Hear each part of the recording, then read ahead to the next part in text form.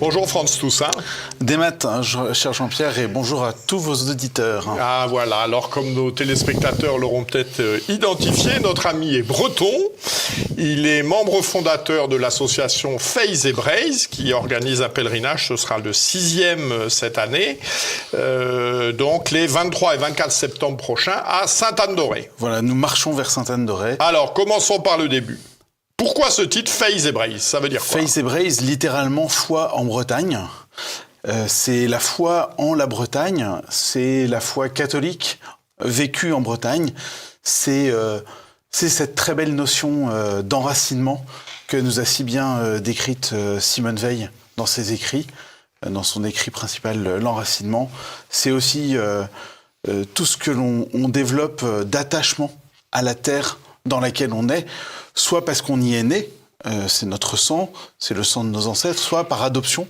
En tous les cas, pour moi, oui, France, ça fait pas très breton. Pour moi, c'est l'adoption, en tous les cas. Alors, quelles sont les intuitions et l'historique de ce pèlerinage et pourquoi aller à Sainte-Anne-d'Auray? Alors d'abord, l'intuition, c'est des pères de famille qui se sont retrouvés et qui se sont mis ensemble. C'est une véritable amitié chrétienne. Ils voulaient organiser un pèlerinage pour leur famille. Et puis, ça s'est construit. On a commencé avec 200 pèlerins. Aujourd'hui, nous étions 500 de la précédente édition. On espère bien entendu être beaucoup plus. On a 2 grands événements au sein de Faith et Braise. On a ce pèlerinage qui a lieu en septembre vers Sainte-Anne-d'Auray. Et puis on a une grande marche de nuit pendant le temps de l'Avent pour les jeunes qui s'appelle Faith et Braise Noz. Pardon pour mon breton qui n'est pas de grande qualité. Et notre association en fait est construite autour de 3 piliers principaux.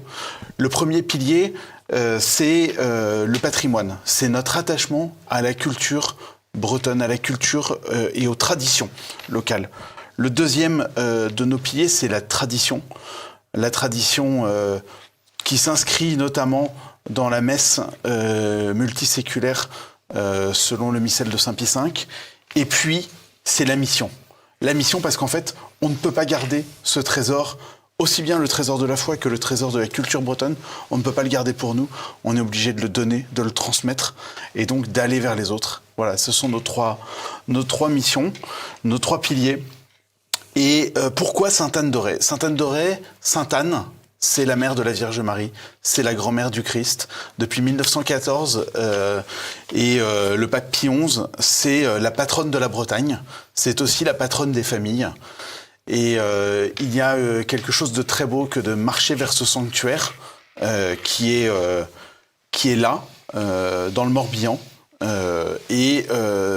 particulièrement en ce moment, puisque nous fêtons les 400 ans des apparitions, des manifestations et des apparitions de Sainte-Anne à Yvon-Nicolazic. C'est la seule apparition de Dame Sainte-Anne, comme on dit en Bretagne, seule apparition dans le monde de la grand-mère du Christ. Alors, qui sont les pèlerins et quelles sont leurs motivations? Les pèlerins, ils viennent de toute la Bretagne et même de l'extérieur. De toute la Bretagne parce qu'il y a des chapitres qui se forment depuis tous les diocèses bretons. On a aussi 2 chapitres cette année de la diaspora, donc les Bretons exilés, qui sont nombreux, et qui viennent le temps de ce pèlerinage. Je vous disais tout à l'heure, c'est 500 marcheurs l'année dernière, c'était 1200 fidèles à la messe, aussi, à Sainte-Anne-d'Auray le dimanche. La moyenne d'âge est très jeune, parce que ce sont des familles. La moyenne d'âge, elle est aux alentours de 23 ans. On a beaucoup de familles, on a beaucoup de poussettes qui viennent aussi faire ce pèlerinage. On a aussi des chapitres de corporations de métiers. On va avoir cette année des artisans, mais aussi des paysans qui se mettent ensemble dans un chapitre pour pouvoir marcher. On voit la résurgence des corporations qui marchent vers Sainte-Anne-d'Auray. C'est très très beau. On a aussi des mouvements scouts, de différents mouvements, des groupes scouts qui viennent marcher avec nous. On a un chapitre enfant. Voilà. Tout ça, ce sont des gens qui sont aussi attachés, qui vivent de la liturgie traditionnelle et qui décident de se mettre ensemble pour marcher vers Sainte-Anne-d'Auray et pour voir la culture bretonne que l'on voit dans tous les chemins que l'on traverse, tous ces calvaires devant lesquels on passe et on se signe, toutes ces traditions. Et puis vivre de cette culture aussi, se faire enseigner par cette culture. Alors, comment se déroule ce pèlerinage? Vous partez d'où? Vous arrivez où? Et qu'est-ce qui est prévu pour la nuit du samedi au dimanche? Alors, on part de Pluméliau. Pluméliau, c'est le centre du Morbihan, c'est le nord du Morbihan. C'est ce qu'on appelle le centre Bretagne. Et on arrive à Sainte-Anne-d'Auray. On part le samedi matin, on arrive le dimanche midi, dimanche en tout début d'après-midi, pour avoir la messe à Sainte-Anne-d'Auray vers 15h30. On va marcher 45 km, donc globalement répartis sur un jour et demi de marche. Nous dormons à Bieuzy-Lenvaux, qui est une petite ville à mi-chemin. Là, nous avons notre veillée festive dans le respect des traditions bretonnes. Et cette année, nous méditerons particulièrement la manifestation de Sainte-Anne à Yvon-Nicolazic, la première manifestation dont nous fêtons les 400 ans cette année. Et puis, elle sera suivie par une grande procession au flambeau vers la chapelle du lieu où nous dormons. Nous aurons un salut au Saint-Sacrement, l'adoration de nuit, pendant que tous les marcheurs dormiront et donc se relaieront auprès du Seigneur pendant la nuit. Le dimanche, nous marchons le matin.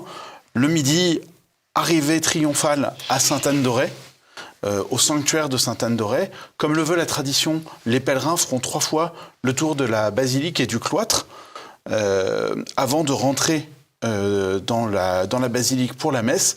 Et tout cela sera accompagné par un bagad, le plus grand bagad de sonneurs catholiques que nous avons. Et donc un bagad, c'est un groupe de musique traditionnelle avec les bombardes, les cornemuses, les percussions. Et tout cela, ça fait une ambiance très festive. Alors, y a-t-il un thème pour ce pèlerinage? Tout à fait, le thème Sainte-Anne, modèle d'espérance. En fait, je vous ai dit, on est dans les 400 ans. On est dans 3 années jubilaires jusqu'en 2025, puisque les apparitions de Sainte-Anne s'étalent sur 3 ans. Et cette année, c'est Sainte-Anne, modèle d'espérance. Nous avons en fait repris le thème du diocèse de Vannes, puisque le diocèse de Vannes est dans une démarche jubilaire. Et chaque année, il y a un thème différent. Donc cette année, ce sera sur l'espérance. Et qui célébrera la messe à Sainte-Anne? Alors à Sainte-Anne, c'est une personne bien connue de vos auditeurs, le père d'Anziec, qui sera le célébrant et le prédicateur le dimanche. Et le samedi matin, avant de partir, la messe sera célébrée à Pluméliau par notre aumônier, l'abbé Raphaël d'Anselme, prêtre du diocèse de Vannes. Et l'homélie sera donnée par l'abbé Guilvic, ancien recteur du sanctuaire de Sainte-Anne-d'Auray. Alors, comment vous rejoindre? Comment nous rejoindre? Eh bien, c'est très simple. Tout est écrit sur Internet. Donc, www.feiz.bzh, Feiz, F-E-I-Z.bzh. Et puis, vous pouvez nous retrouver sur tous les réseaux sociaux qui existent. Je ne vais pas les énumérer, mais vos auditeurs les connaissent. Le nom Feiz et Breiz, F-E-I-Z, Breiz, B-R-E-I-Z-H. Merci Voilà. beaucoup. Eh ben, nous vous souhaitons un bon pèlerinage. Merci, cher Jean-Pierre. Et puis, je voudrais aussi inviter tous vos auditeurs à transmettre par le biais de TV Liberté ou en nous écrivant sur l'adresse mail et sur les réseaux sociaux, nous transmettre des intentions de prière. Parce que quand on marche dans un pèlerinage, c'est aussi une vocation expiatoire et nous pouvons confier, porter des intentions de prière. Donc que vos auditeurs n'hésitent vraiment pas à le faire. Merci beaucoup.